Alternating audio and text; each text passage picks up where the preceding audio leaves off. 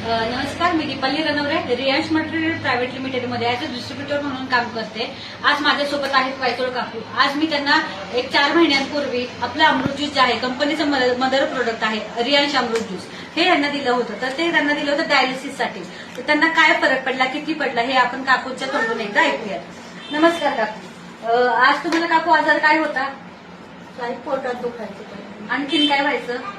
तेवढंच डायलिसिस तुमचा कधीपासून चालू होता? अमृत ज्यूस घ्यायच्या आधी साधारण किती दिवस, किती महिने चालू होता? 5-6 महिने चालू होता. अमृत ज्यूस घेतल्यावर तुम्हाला काय काय रिझल्ट जाणवला? काय काय वाटलं तुम्हाला? थोडंसं बरं वाटतं. मग आता डायलिसिस चालू आहे की बंद आहे? बंद, पूर्ण बंद आहे. पूर्ण बंद आहे.